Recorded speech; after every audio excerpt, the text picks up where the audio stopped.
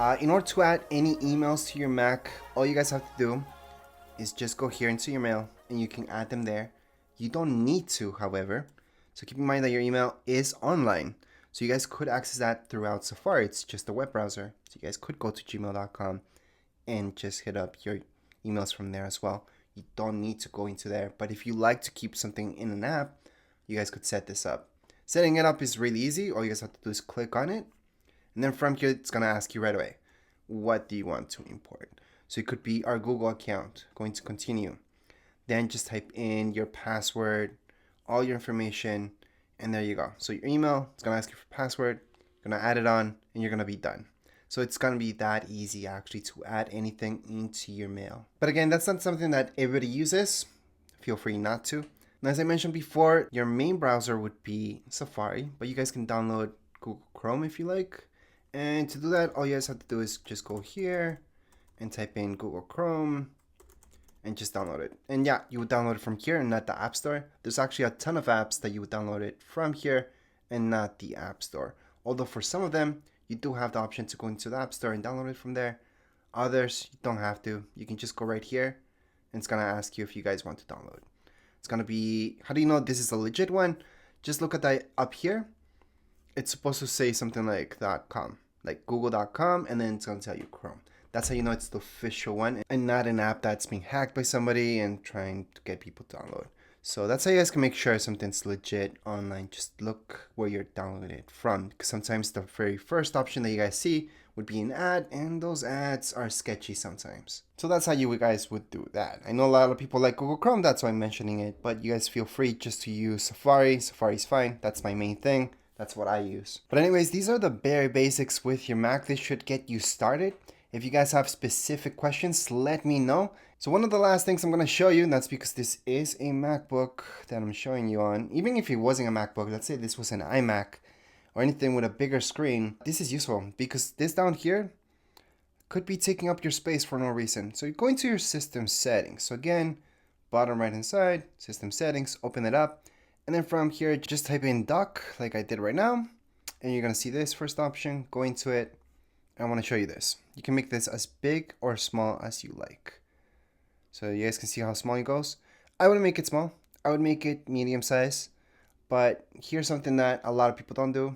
And it's to magnify it. So let me just zoom in on what I'm actually doing here. And what I'm going to do is this. What will this do? I'm going to bring it up here so you guys can see a little bit more. Once I scroll through it, it's going to magnify what I'm going to select. And the reason why you might want to turn on this is because this dock right here, we can hide it so it doesn't take space on your screen. And that's this option right here, automatically hide. Just turn that on and then you guys can see it disappeared. Let me just click, and once I scroll down with my mouse, it's going to appear. So every time I want to actually open anything up here, I'm going to see it. But if I just scroll up, it's going to disappear. So that's good. And you guys can actually even make the top part of your Mac disappear. So even you have even more screen. But that I wouldn't personally do because your time's up there and there's things that you want quick access to. So you don't really want this hidden and then having to go up to just be what's up here. But you can. That's an option too in system preferences. I do have a separate video about that, but not something I recommend. However, this part I do highly recommend. And since we're taking a look at this, I'm gonna show you how to delete these things. And we're just gonna delete them from here from the dock, not delete the app itself.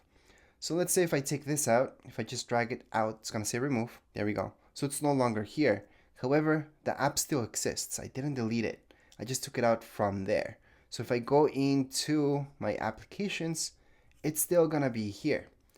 However, again, if I do want to get something back there, if I want to add anything to my dock, I can just grab it from here and drag it down. So for example, something that's not down there would be weather. So I can just drag it down here and put it there. Actually, I think it was there. So let's drag something else like boys. I'm going to drag it down and place it here. Actually, I can place it anywhere really, but for now, we're just going to place it in between these two. I'm going to let it go.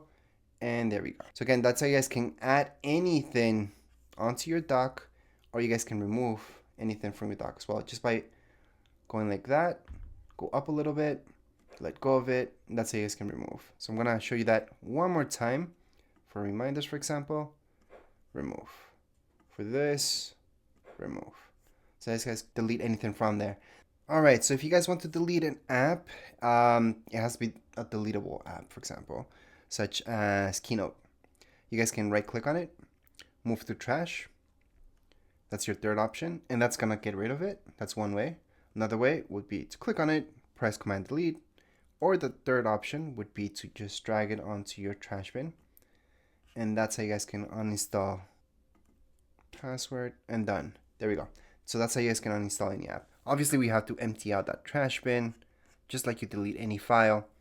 There are apps out there that help you delete any apps from here for your Mac, and that's because they find usually folders or anything like that that's associated with the app itself, which is good when there are bigger apps out there.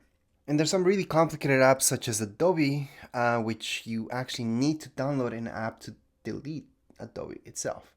So that's different. That's a different video again, but that's a particular case. For most apps, all you guys have to do is just drag them there. And there's an app that's called App Delete that I use. I suggest using that as well because it finds other folders that are associated with the particular program that you're using, and that's gonna help you out. However, I no longer show that app anymore because people think I'm advertising, and I'm not. That's just an app that I use. But you don't have to. You can just drag your apps to your trash bin, type in your password if you have one for your Mac, press OK, and you're done. Or press Command Delete on top of it, password again, OK, and done. So that's how you can uninstall things here on your Mac. It's much easier than a PC, I know. It almost makes it sound like not real. Because on PC, you have to go through your settings and then do it from there, uninstalling a program. And right here on Mac, we even call them apps instead of programs. But anyways, just empty out your trash bin and you're good to go. Anyways, those are the bare basics for your Mac. Go ahead and have fun with it. I'm going to teach you one more thing before we end this video, and that's how to change your background.